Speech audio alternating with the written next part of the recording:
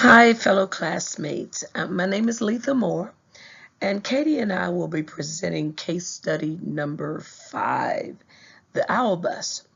I will start off the presentation and then I'll pass the baton to Katie. So let's get started. The Seoul Night Bus, also known as the Owl Bus, is the brand name of Seoul, South Korea city's intra-city buses that run 9 routes exclusively from midnight to 5 a.m. It looks like an owl with its animated glow-in-the-dark eyes. The Owl Bus was born to make Seoul's public transportation service ceaseless for the city's late-night commuters.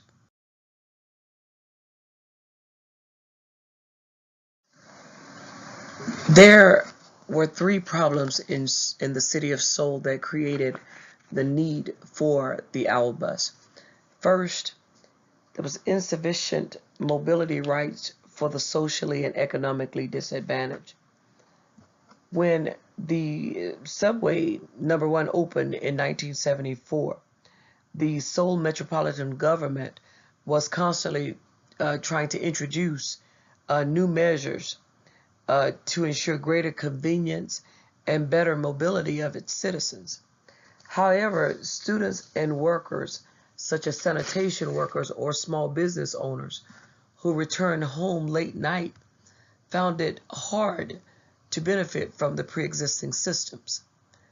Most of them suffer from poor working conditions and low salaries, yet they still had to pay the late night extra charge when taking taxis to return home. The second problem, growing inconvenience due to late night taxis, refusal of passengers, and illegal operation. During late night and dawn hours, there are far less available taxis than people who are trying to hail a cab. Thus, illegal operations are prevalent by taxi drivers demanding extra fees, causing serious inconvenience to the citizens. Additionally, there are practical limitations in controlling such irregularities. First, there's a shortage of police officers responsible for preventing such violations, and even if the police did catch an offender red-handed, it's difficult to obtain evidence to prove the driver's act of refusing passengers or demanding illegal illegal extra fees. And the third problem was the public-private consensus on the need for new means of transportation to support urban dwellers' economic activities.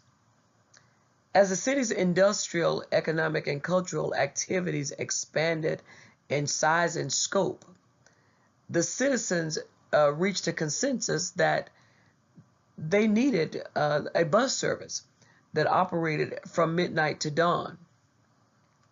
It also took into consideration that advanced nations like Germany and the UK, they already had such services in place to promote the safety of the citizens and their rights to mobility. So Seoul was looking to do that same thing.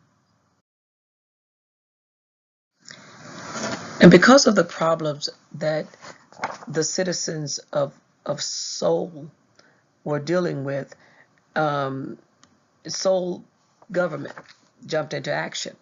Okay, and their objectives for the Owl Bus was to improve the convenience of those who take public transportation after midnight. Their objective was to lessen the financial burdens on the economically disadvantaged, such as the small business owners and the sanitation workers. And then they also wanted to address the citizens' everyday life concerns by customizing policy measures using big data technology.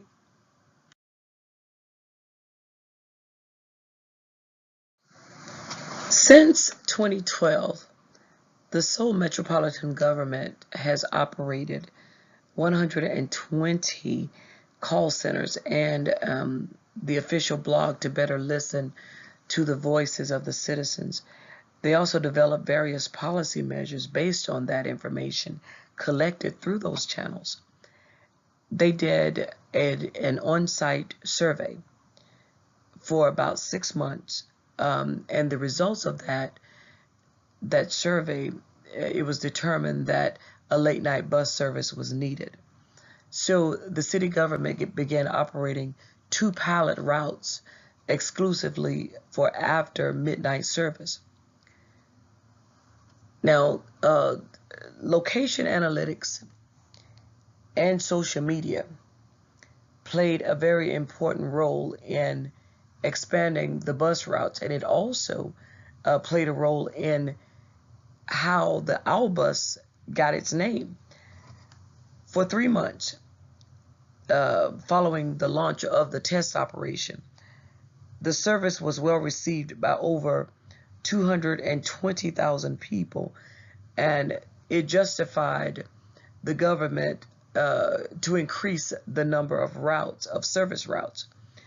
They added 7 new lines to be exact, and what they did was they color-coded the regions by call volumes based on the location data provided by KT, which is a private communication service provider. Then it analyzed the number of passengers who get on and off at each bus stop in the heavy call volume regions, and then connected the dots to lead to the most pertinent routes. The data was used to construct a radial shape network linking outer districts of the city with hub areas. Also, with news regarding the late bus spreading over social networking sites, citizens started suggesting names for the late night bus. The city government jumped on board and started inviting public ideas for naming of the service, and thus the brand name Owl Bus got its name, and also the N that was for late night, and also the owl characters operating the bus were selected. These symbols have been used to mark bus stops, bus route maps, and numbers, and distinguish the late night buses from the regular ones. Okay, and now I will pass the baton to Katie, and she will take you further into the presentation. You're probably wondering how the owl bus even began. So a university student suggested it on Twitter. The mayor shared the idea on Facebook, and then 30,000 residents expressed support for the night bus routes. So in 2012, Seoul began looking at data, and the project launched in 2013. So they started with a trial period of 2 bus routes, and it was a huge success because more than 2,000 passengers per day were riding it. It cost about $1.70 in U.S. funds, and as Letha said earlier, before the owl bus was implemented, night workers were forced to take the taxis home from midnight to 5 a.m., and it roughly cost them $7 to ride it each night. They didn't mind the wait time of 40 to 45 minutes because they were getting to ride it a whole lot cheaper than they were before. And then the driver qualifications of the night drivers, they couldn't drive over 70 kilometers per hour, and they couldn't work during the day. So I found this video on YouTube. It's a news broadcast, and it highlights residents' reactions for and against the launch of the new bus system in 2013. The Seoul Metropolitan Government has officially launched a new bus service that will be operating in the wee hours from midnight to 5 a.m. every day. While most are in favour of the so-called owl buses, there are those who are not. Connie Lee has more. It's a little past midnight, and the first night bus of the day is off. This N37 will be making more than a dozen stops before it ends its route at 5 a.m. Branded as the Owl Bus, these night buses shine its owl logo on the front and side to signal their nighttime duty. The city of Seoul is currently running 2 night bus routes in a trial run, but come Friday, 7 more routes will be added to the list, making it 9 routes in total. The trial run of the first 2 routes was a success, with more than 2,000 passengers using the bus each day. It's past 2 a.m. here in Seoul, but as you can see behind me, this night bus is full of passengers. I'm using the night bus for the first time today after hanging out with friends. I think it's great and convenient. The bus stops near my house and it's also cheaper than taking a taxi. It costs 1,851, or about $1.70, much cheaper than taking a taxi, which has a starting rate of about $2.60 after midnight. In a survey, the government found that 88% of Seoul residents are in favor of having more of these buses, but there are also those who are not so pleased. For taxi drivers like us that get a lot of business in the late hours, these new buses are really going to affect our business. Government officials, however, disagree.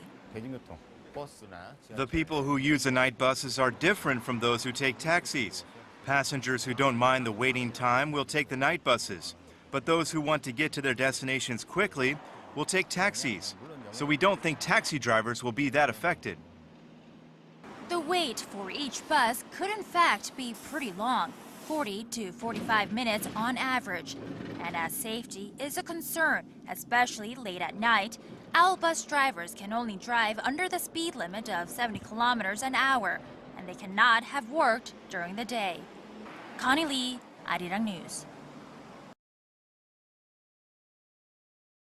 You're probably wondering how Seoul established its bus routes for the city. So South Korea's government used data from its citizens' late-night phone calls and texts to map the nightly bus routes. The Seoul Metropolitan Government partnered with Korea Telecom Corporation, also known as KT, to analyze anonymous data from 3 billion calls and text records to determine where people were traveling after midnight. So on the left is a map of the 9 bus routes throughout the city and where each bus goes. This call center, when they did the initial launch, it was a counseling information system. They had a smartphone app, they had a website, and you could go and inquire or file complaints or receive counseling through chat, text, sign language, foreign language, Twitter, about any issues that you were having with the bus routes or what you would like to see happen.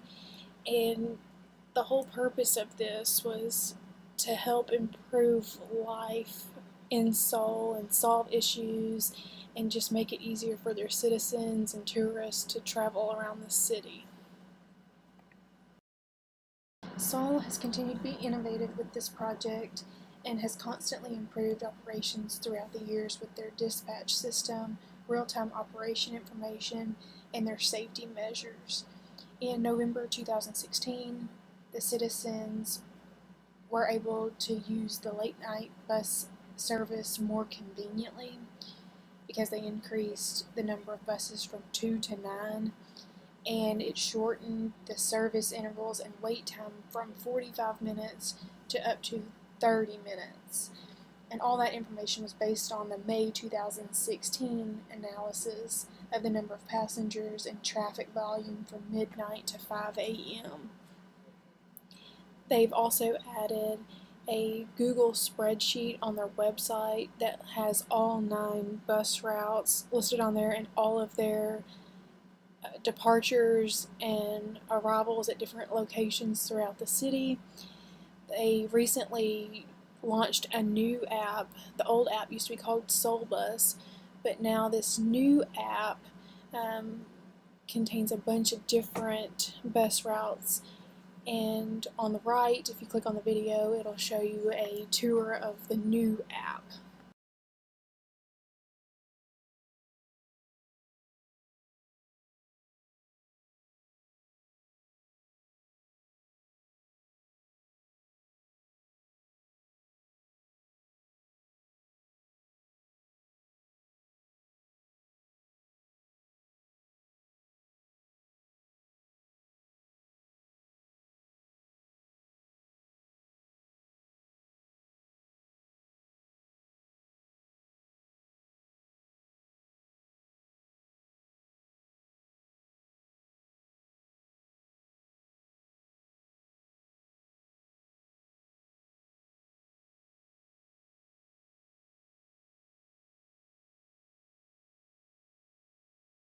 Seoul's resources aided tremendously in the success of this project for the city. Seoul had to pay for the labor costs and the safety facilities, but the expenses were all covered by the joint management funds. It just so happened that the project did not incur any additional costs, so that helped make it so much more successful. The technology included information systems that were connected inside the vehicles to provide real-time operation information to their app and their website to assist passengers of arrivals and departures.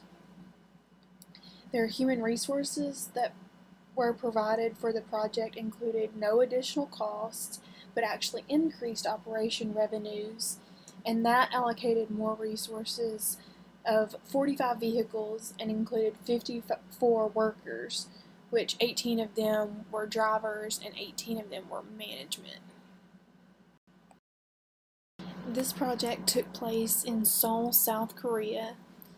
Their target group was low-income residents and the general public. By implementing and expanding the bus system, it saved residents of the city $1.2 million over 3 years. It also reduced the annual car trips by 2.3 million, and it reduced the number of traffic accidents around the city. On average, 7,000 people use the bus system on a nightly basis. Because of the bus system, low-income workers are more likely to work night shifts because they have transportation and they are able to afford the transportation. The bus system has also improved safety for women to travel at night as well. Seoul has received many tourists from the addition of their night bus system. In fact, on the Seoul travel website, it's listed as a main attraction. This change has implemented a huge change for other cities. South Korea's second largest city is currently in the process of replicating the project, and 2 other cities in South Korea are planning to imitate the project as well.